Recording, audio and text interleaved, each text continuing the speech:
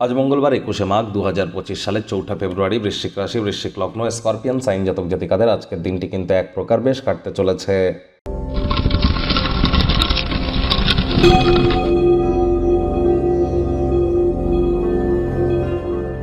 ভিডিওটি শুরুতেই আপনারা দেখতে পাচ্ছেন মঙ্গল গ্রহের বীজমন্ত্র ওম ক্রাং ক্রিং ক্রং সব হোমায় নমঃ। এটি আপনারা 108 বার জপ করুন, সকাল দুপুর সন্ধ্যা 3 বেলায় অত্যন্ত উপকৃত হবেন। যেহেতু এটি মঙ্গলের বছর, এই 2025 সাল সংখ্যাতত্ত্ববিদ্যা অনুযায়ী যোগ করলেও কিন্তু 2+2+5 = 9, that means the year of Mars.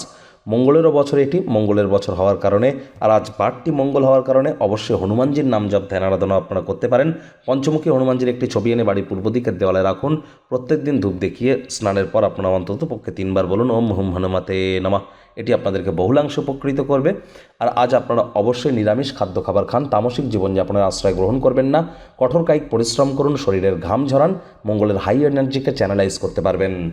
ভাগ্য মিটার আজ আপনাদের বলছে 7/10। ভাগ্য আপনাদের অনুকূলেই থাকবে, তবে সম্পর্কের ক্ষেত্রে আপনাদেরকে একটু সাবধানতা অবলম্বন করেই চলতে হবে। শুভ সংখ্যা থাকছে 5। কায়িক পরিশ্রম হলেও শরীর মনে সতেজতা এবং তরতাজাই আপনারা অনুভব করবেন। দীর্ঘদিনের পুরনো রোগশোক অসুস্থতা থেকে আজ মুক্তি পাওয়ার দিন, পরিত্রাণ পাওয়ার দিন। অর্থগত ব্যাপারে আয় ইনকাম বাড়বে। নতুন উদ্যোগ পরিকল্পনার পাশাপাশি নতুন নির্মাণ কার্যের শুরুয়াত আজ করা যেতেই পারে। চাকরিজীবী যারা আছেন তাদের অফিসের পরিবেশ এক প্রকার বেশ। বস কলিগদের সাথে ভাব ভালোবাসা বাড়বে, কর্মে গতি অনুভব করবেন।